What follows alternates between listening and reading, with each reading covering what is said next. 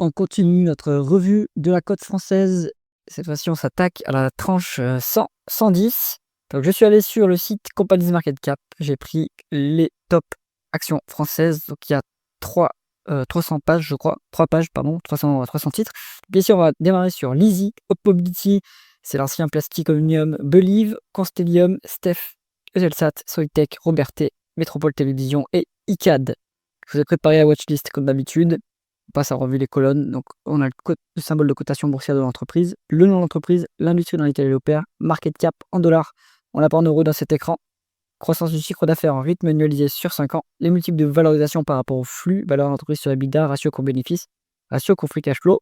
Multiple de valorisation par rapport aux actifs tangibles, donc ratio cours sur actifs tangibles, rendement des capitaux investis, le levier financier en termes de dette nette sur EBITDA, le rendement du dividende s'il y en a un, les free cash flow par rapport au bénéfice net et le payout ratio qui est la proportion de bénéfice net versé en dividende. Il faut se rappeler que le dividende est payé par le free cash flow, donc il faut que les free cash flow soient à minima supérieurs ou égaux au bénéfice net pour que ce payout ratio ait un sens. Premier dossier de la liste, c'est Lizzy. Quand on est dans l'aérospatiale et la défense, 2,1 milliards de dollars de market cap, c'est quand même une mid-cap. Croissance du chiffre d'affaires en rythme annualisé 150 de 1%. Attention, il n'y a pas beaucoup de croissance sur cette entreprise. Ça a l'air d'être plutôt de la croissance organique. On est à 12 en VE sur EBITDA, 37 en PE et 25 en price to free cash flow. C'est pas si donné que ça. En valeur d'entreprise sur EBITDA, 12, c'est la limite du raisonnable. Au-delà, ça commence à être cher pour une entreprise européenne. Donc ça veut dire que on va dire que c'est un peu cher quand même. 5,6% de rendement du dividende, des capitaux investis. Donc c'est une rentabilité plutôt médiocre, hein, pas exceptionnelle. On est à 2,2 fois l'EBITDA en dette nette.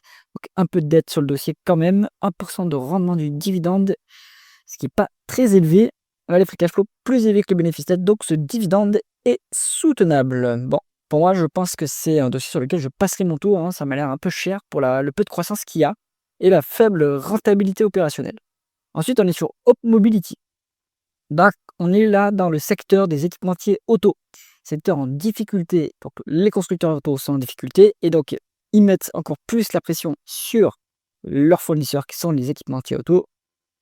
Hop Mobility, c'est 2 milliards de dollars de market cap, 4,3% de croissance du chiffre d'affaires en rythme annualisé sur 5 ans. Attention qu'il y a une forte hausse des équipementiers, enfin du chiffre d'affaires, on va dire entre 2021 et 2022 pendant la pénurie des véhicules neufs. Donc ils en ont profité, maintenant c'est normalisé. 5 en valeur d'entreprise sur EBITDA, c'est pas cher payé, 12 en ratio coût-bénéfice et 4 en ratio coût-free cash flow. Donc le secteur est très décoté, hein, comme les constructeurs auto.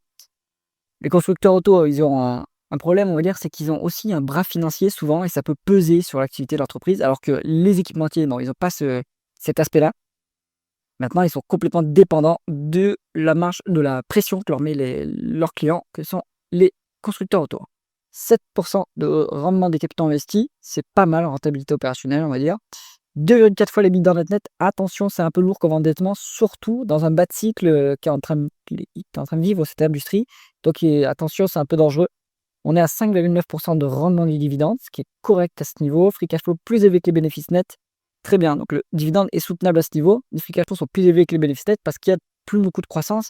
Donc on n'a pas besoin de réinjecter du cash dans l'activité pour la faire croître. Hop Mobility, à mon avis, c'est un peu dangereux. Vous avez un meilleur dossier côté équipementier pour jouer le secteur et la reprise, ça serait Aquel. Hop Mobility, il n'y a pas assez de marge de sécurité à mon goût. Il y a un peu trop de dettes. Donc peut-être attendre quelques publications avant d'y aller ou avant en tout cas de creuser plus en détail. Avant de continuer, si jamais vous cherchez un portefeuille d'investissement passif et performant, cliquez sur le lien en haut à droite de la vidéo. On continue avec Believe. Donc Believe, c'est le streaming musical. C'est une entreprise qui a été cotée en bourse dans les 5 dernières années de mémoire. Je crois qu'il y a une OPA pour essayer de sortir l'entreprise de la bourse. En tout cas, elle est toujours cotée pour l'instant. 2 milliards de dollars de market cap. C'est une cap quand même déjà assez établie. 20% de croissance du chiffre d'affaires en rythme annualisé sur 5 ans. Très forte croissance. La valorisation est hors de prix. On est à 36 en valeur d'entreprise sur EBITDA. C'est beaucoup trop cher. Il n'y a pas de bénéfice sur les 12 derniers mois. 106 en price to free cash flow. Donc ça, c'est trop cher. Il y a un problème, rendement des capitaux investis négatif parce que en fait, les profits sont négatifs sur l'entreprise, mais il y a des free cash flow. Donc, en réalité, l'entreprise gagne quand même de l'argent. Le groupe est cash net si on en croit ce qui est indiqué sur ce screener. Et il n'y a pas de dividende de versé. Bon, passons notre tour sur Believe. Je pense que c'est pas assez qualitatif pour qu'on s'y intéresse maintenant. Constellium. Alors Constellium, c'est pas une boîte française, mais elle est cotée en France. C'est une boîte qui fait, qui est dans les métaux, hein. 2 milliards de dollars de market cap, 3,4% de croissance du chiffre d'affaires en rythme annualisé sur 5 ans. Il n'y a pas beaucoup de croissance dans ce domaine. Il y a un petit fond de croissance.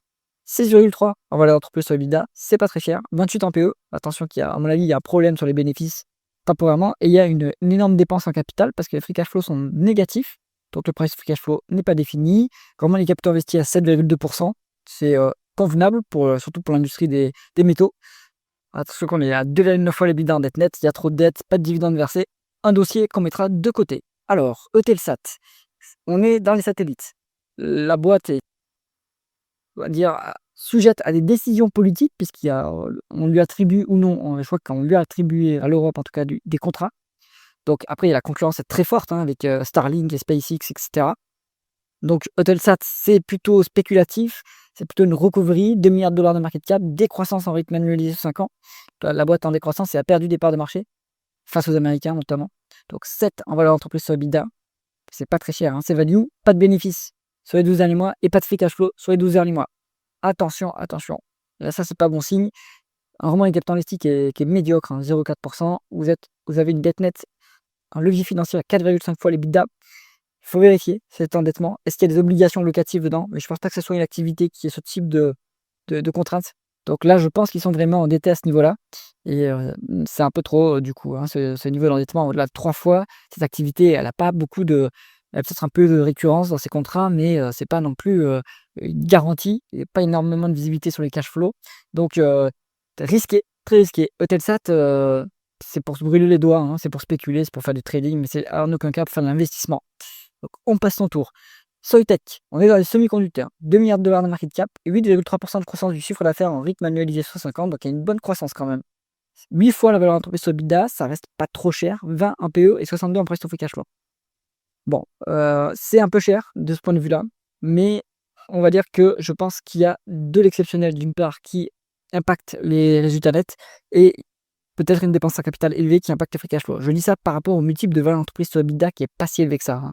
Donc je pense que quand même, on peut se fier à cette valorisation-là qui n'est pas si élevée. 5% en rendement des capitaux investis, c'est pas exceptionnel, mais ça reste convenable. On est surtout en bas de cycle, hein, donc les bénéfices sont plutôt bas, donc c'est pour ça que la rentabilité est médiocre. 0,3 fois les bidas en dette nette. Le bilan est quasiment clean, c'est bien. On n'a pas de dividendes de verser. Ce qui est sage, à mon avis, il vaut mieux préserver les free cash flow. Donc Soitec, peut-être que c'est encore un peu tôt pour jouer la reprise. Ils sont plutôt... Eux, ils réalisent plutôt les wafers, hein, tout ce qui est les matières premières, en fait, le support des semi-conducteurs. Donc c'est pas vraiment non plus des semi-conducteurs, qui vont dépendre aussi de l'état de forme de leurs clients, qui sont eux, les producteurs de semi-conducteurs. Pour l'instant, je pense que c'est un peu trop tôt pour revenir sur Soitec. Alors Steph, on est sur un leader maintenant européen de la logistique par camion, transport de produits frais, etc. Donc plutôt que la nourriture. 1,9 milliard de dollars de market cap, 7% de croissance du chiffre d'affaires en rythme annualisé sur 5 ans. Donc il y a un bon fonds de croissance quand même, 7 fois en valeur d'entreprise sur EBITDA, c'est pas très cher. 13 en ratio coût-bénéfice, 40 en price to free cash flow. C'est une entreprise qui a régulièrement des dépenses en capital importantes. Mais sur la longue route, il y a des free cash flow. Donc, je ne pense pas que ça soit trop grave que ces free cash flow soient bas. Il faut plutôt prendre en considération le multiple de valeur d'entreprise sur EBITDA ou le ratio coût-bénéfice. Et dans ce point de vue-là, on n'est pas très cher payé quand même. Vous avez un rendement des capitaux investis qui est à 6,6, ce qui est convenable. Il n'y a pas visiblement de décote sur l'actif tangible, mais en fait, quand on connaît Steph, alors en aucun cas, je suis un expert des Steph, hein. J'ai plutôt suivi, regardé un peu à droite à gauche ce qui se dit, et en fait, ils ont de l'immobilier, des entrepôts qui sont pas forcément cotés, qui sont pas forcément valorisés à la valeur actuelle, à la valeur du marché dans le bilan. Donc, en réalité, il y a potentiellement une décote sur actif tangible chez Steph. Là, il faut bien aller faire une estimation. Si vous allez sur le forum des Dobas, vous allez pouvoir trouver l'analyse de Steph, justement. Ils ont fait cette valorisation de l'immobilier par des comparables, en fait, en regardant la valorisation d'autres entreprises qui sont dans ce domaine-là. La valorisation de l'immobilier d'autres entreprises qui sont dans ce domaine-là, et eux, ils trouvent une décote. Donc, je pense qu'il y en a encore un petit peu sur Steph. Et si on ne se tient pas compte de cette décote sur actif tangible, d'un point de vue flux, c'est pas très cher, il y a de la croissance, une rentabilité qui est convenable, un dividende cash net en plus sur le dossier, ça c'est très bien. Le dividende est soutenable, non pas pour l'instant, enfin pas à cause des free cash flow qui sont presque 3 fois moindres, 4 fois moindres que les bénéfices nets. Donc attention qu'il y a une partie du dividende qui est versée à crédit. Et Steph, je pense que ça reste intéressant quand même. Alors, ensuite, on est sur Métropole Télévision. Donc là, chaîne de télé M6 et W9. Donc, on est dans les médias, un domaine qui est très, la télévision même, un domaine qui est très mature, hein, qui est même en décroissance pour M6. 1,9 milliard de dollars de market cap, 6 en valeur entreprise sur EBITDA, c'est pas cher payé, 11 en ratio coût-bénéfice, 10 en ratio coût free cash flow. Voilà, valorisation quand même très, enfin assez faible, hein, c'est très raisonnable comme valorisation, surtout pour une entreprise qui a plus de croissance. Pourtant, il y a une bonne rentabilité, on a un 11 en rendement des capitaux investis, ce qui est bien, et beaucoup de cash au bilan. L'entreprise rend copieusement du cash aux actionnaires, 9,6% de rendement du dividende, c'est très, très élevé. On est sur un payout ratio qui est à peu près à 85-90%, qui est soutenable, il y a les free cash flow. Donc le dividende, il est au max, là. Il ne va pas monter beaucoup plus, mais il est quand même très élevé, quoi. Donc, et sur, si on a un payout ratio qui est temporairement au-delà de 100%, on peut creuser dans la trésorerie, hein, pour rendre le dividende aux actionnaires. Donc c'est soutenable, mais M6 Métropole Télévision, c'est tout à fait raisonnable pour un investisseur rentier. Même si on reste pas à ce niveau de dividende, on peut facilement quand même verser du 5-6%. Donc c'est quand même tout à fait confortable, hein. Icad, on est sur une, comment on pourrait dire en français, donc c'est une REIT, mais en réalité une foncière, voilà, diversifiée, 1,8 milliard de dollars de market cap, décroissance en rythme annualisé sur 5 ans. Les multiples sont très élevés. Il n'y a pas le multiple adéquat ici pour valoriser les rates. De mémoire, il faut le price to adjusted flow from operations. Donc, c'est une sorte de dérivé de cash flow opérationnel qui est spécifique au rate. Je ne suis pas du tout un spécialiste du domaine. C'est d'ailleurs un domaine que je n'apprécie guère parce que l'immobilier est en difficulté en Europe, surtout en Europe, en Allemagne et en France. On met sur 60% de décote sur actifs tangibles. Donc, énorme décote. Maintenant, est-ce que donc les actifs tangibles de ce genre de boîte, ça va être évidemment l'immobilier, est-ce que l'immobilier qui est dans le bilan est valorisé à la valeur de marché ou est-ce qu'il est surévalué par rapport au marché? Ça, il faut aller creuser. On a beaucoup de dettes, mais ça, c'est propre aux foncières, donc c'est pas à prendre en considération. 21% de rendement du dividende. Bon, il faut regarder par rapport justement au adjusted flow from operation, à quel niveau il se trouve ce versement de dividende par rapport voilà, combien ils en versent en dividende par rapport à ce flux de trésorerie-là. Donc moi, plutôt par précaution, si vous avez, vous connaissez bien les rates et cetera, il n'y a pas de souci pour, aller sur Icad, hein. Moi, je connais pas assez, c'est un secteur que je préfère éviter. On est sur Robertet ensuite. Donc, on est sur, la production de fragrances pour les producteurs de parfums. 1,8 milliard de dollars de market cap, une grosse mid-cap, 7,8% de croissance de chiffre d'affaires en rythme annualisé 5 ans, allez 8%, c'est quand même bien, hein, bonne croissance. Les multiples restent, on va dire, raisonnables. On est presque à 13 fois en valeur entreprise sur EBITDA. C'est un peu, ça commence à être un peu cher payé, mais c'est qualitatif après, hein, bonne croissance. En PE, on est à 21, en price cash flow, on est à 24. Bon, là, ça commence à être un petit peu cher, je l'accorde. Mais bon, croissance, qualité de la rentabilité, hein, 11,2% normalement des capitaux investis, c'est bon. 0,8 fois les bilans net, il n'y a pas beaucoup de dettes, donc c'est quand même pas mal. 1,2% de rendement du dividende avec un payout ratio à 20%, on va dire 30% par rapport au free cash flow, ça reste soutenable, ce dividende va continuer à pouvoir monter tranquillement. Robertet, c'est qualitatif, c'est qualitatif.